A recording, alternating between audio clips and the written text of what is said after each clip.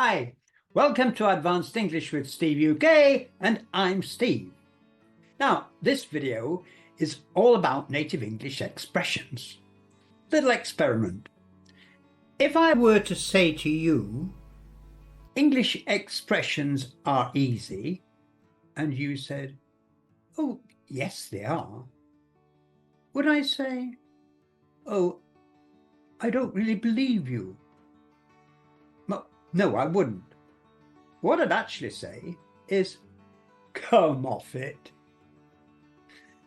Come off it is the way we react in surprise if you don't believe what someone said. English expressions, native English expressions are not easy. They're not easy to remember at all. They're easy for me because I'm a native English speaker. I was born and raised in England, so I'm used to them. I've heard them since I was born. You haven't. So they're not easy at all. But if you want to speak fluent English, if you want to sound natural, then they're essential. They're lexical chunks, they're phrasal verbs, they're collocations, and sometimes they're just expressions. They're just things we come out with, which we say. And if you learn them, your English is going to sound much more natural. Now, in this video, there are 30 of them, and I promise you that every one of them is common. You'll hear used a lot. There's nothing obscure about them. There's nothing mystifying about them. You'll hear them in conversation. And you have to go further than the literal meaning to understand what they actually mean. So, I hope you enjoy them, okay? Remember that if you've got any questions about any of them, then let me know in the comments. And of course, please subscribe, okay? So, yeah, that goes without saying. So let's make a start on them. And we're going to start off with, come off it.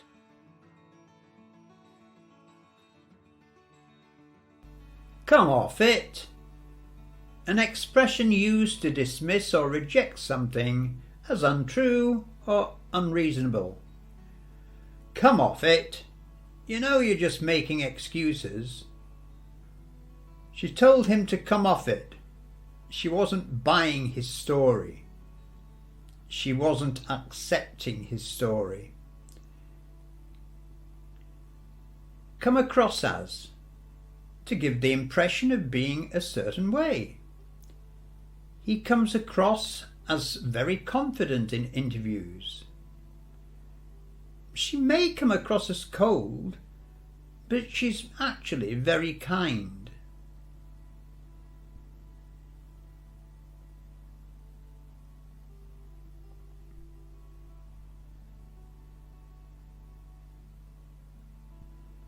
Be run down.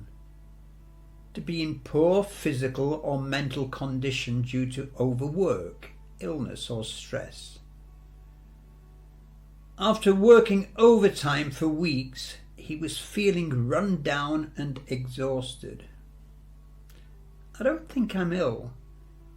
It's just that I feel a bit run down due to all the stress.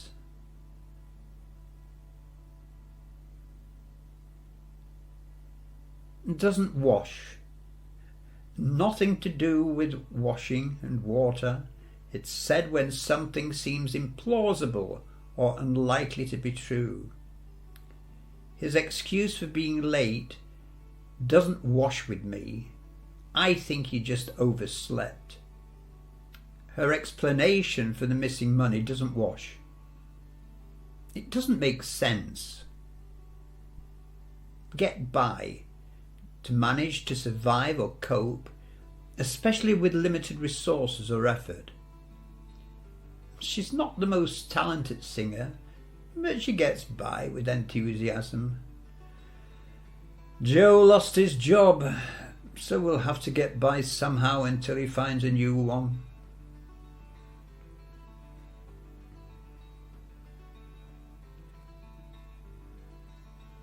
My lips are sealed.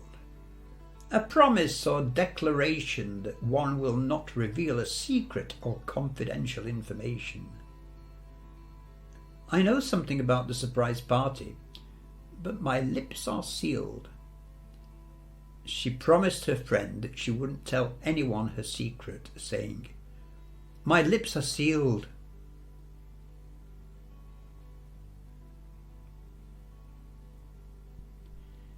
Taken aback.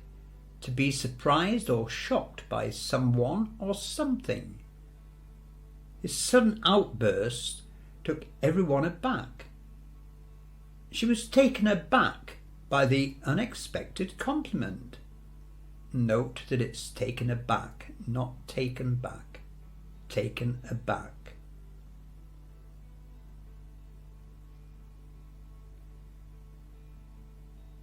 Give it a miss. To decide not to do or participate in something. I'm not feeling well, so I think I'll give the party a miss. The movie didn't get good reviews, so I decided to give it a miss. Not going to bother seeing it. I'm going to give it a miss.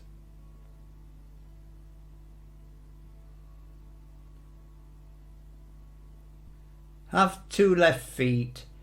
To be clumsy or awkward, especially in dancing or other physical activities. Everyone laughed when I danced at the wedding. They said I looked like I have 2 left feet. No way am I going to ballroom dancing classes with you. I've got 2 left feet. This certainly applies to me, which is a shame as I've taken part in amateur musicals and had to dance. Money to burn. Having an excess of money to spend frivolously or wastefully. He's just bought a Porsche. He must have money to burn. She buys designer clothes even though she doesn't have a job. She acts like she has money to burn.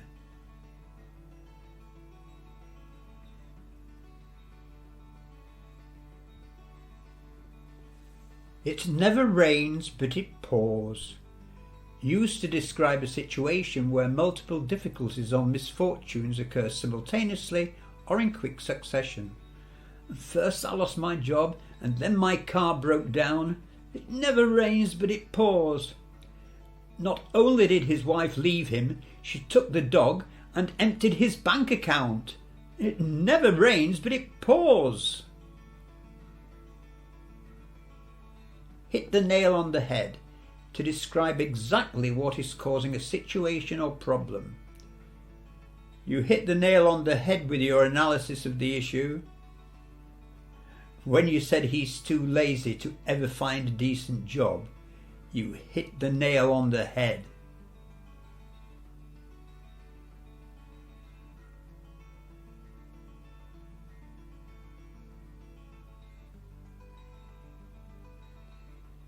Burn the midnight oil.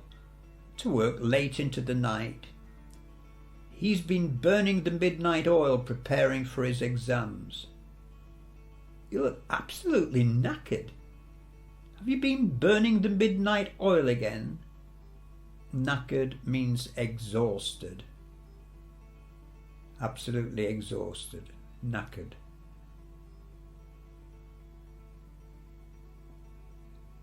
Bite off more than you can chew. To take on a task that is too big or difficult. He bit off more than he could chew by taking on 3 projects at once. You said you could easily lay that carpet yourself, and there was no need to employ a professional. Look at the mess you've made of it.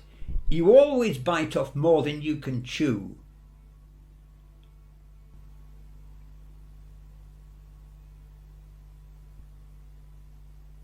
Let the cat out of the bag. To reveal a secret or surprise unintentionally. She let the cat out of the bag about the surprise party. She was furious when he accidentally let the cat out of the bag to her parents about their engagement. She didn't want to tell them yet.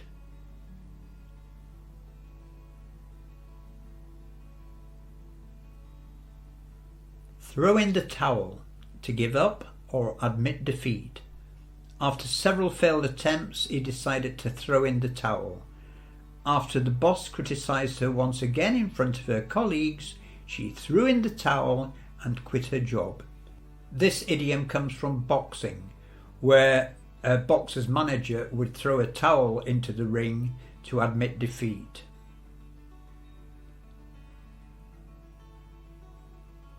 Bend over backwards, to make a great effort to help or please someone. The hotel bent over backwards to accommodate our needs.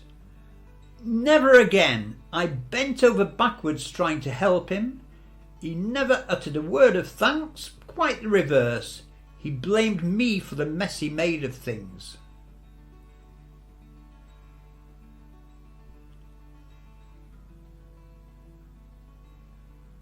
Wind someone up, to tease or provoke someone, often by saying or doing things to irritate them. He loves to wind his little sister up by hiding her toys. Don't let him wind you up. He's just trying to get a reaction out of you. It can be very annoying when someone winds you up. Lay into someone, to attack or criticize someone harshly or vehemently. He laid into his co-worker for messing up the presentation. She laid into her son when she found out he'd skipped school. Not surprising.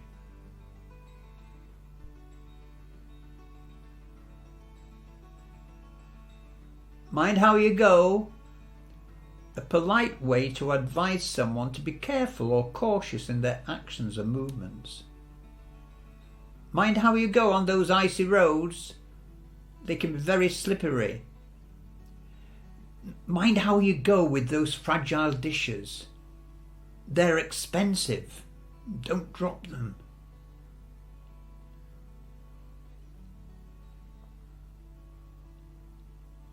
I beg to differ. A polite way of expressing disagreement or dissent. I beg to differ on your opinion about the movie. I thought it was excellent. I'm sorry, but I beg to differ. I don't think that's the best approach.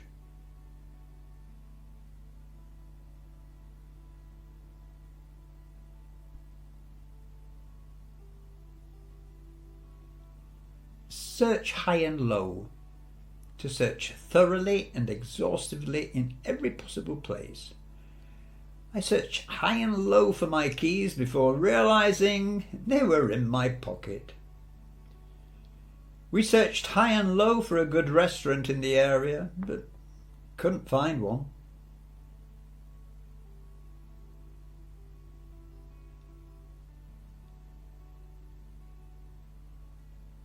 Can't stand someone or something, to strongly dislike or have an intense aversion to someone or something. I can't stand my neighbour's loud music late at night.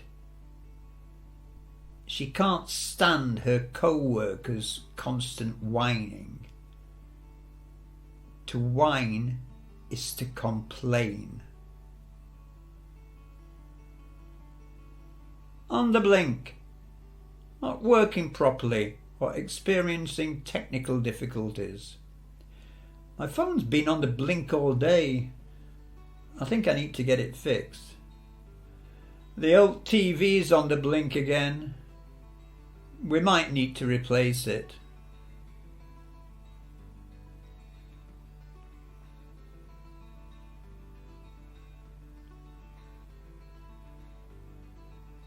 To take it out on, to vent one's frustration or anger on someone or something unrelated to the cause of the frustration. He's had a rough day at work, so he's taking it out on everyone at home. Don't take it out on me. It's not my fault you overslept and missed the train.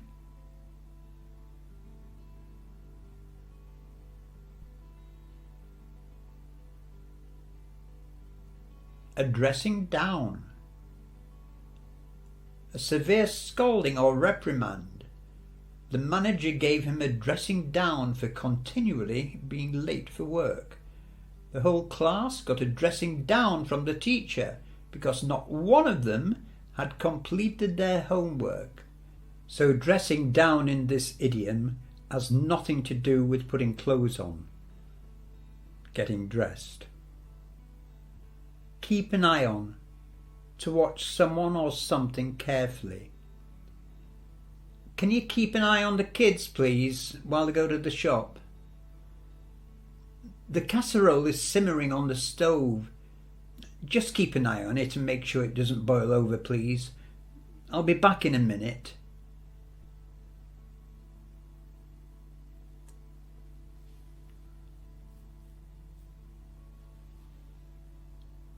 Get cold feet.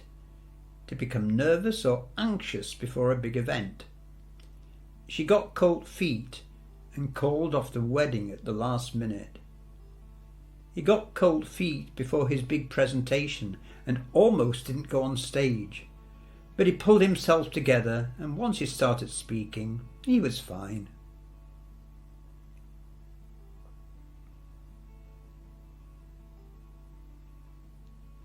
Play it by ear. To improvise or decide how to proceed as events unfold. I haven't prepared much for the interview. I'm just going to play it by ear. Let's not plan a schedule for the holiday. It's better to see how we feel when we get there, see what it's like, and play it by ear.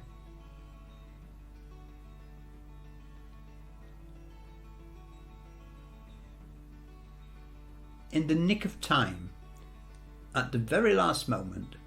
We arrived at the airport in the nick of time to catch our flight. His wife went into labour as he drove her to hospital. Fortunately, the roads were clear and they arrived in the nick of time for her to be rushed inside, where she gave birth to a healthy baby boy. Well, I hope you enjoyed the video and found it rewarding. Were there some expressions you already knew there? Many that you didn't know? As I said at the beginning, they are common. All those are very popular and you'll hear them being used by native English speakers a lot. So the more that you get used to using them, the more natural you're going to sound. Try them out. Doesn't matter if you get them wrong. If you're speaking to a native English speaker, then they'll probably correct you nicely, or they may just ignore it. Okay? But if you don't try and use them, they're not going to stick in your memory.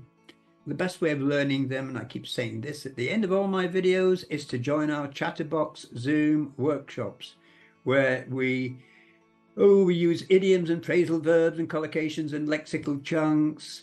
I introduce them, we talk about them, and then we break out into pairs and groups and practice them. It's a fun way of learning them. So I'll leave the link in the description. And if you'd like to join, then come along. It's like a little family we have there. It's great fun and very rewarding. So, as I say, hope you enjoyed the video. Please subscribe, leave any comments, and I hope to see you again soon. Bye for now.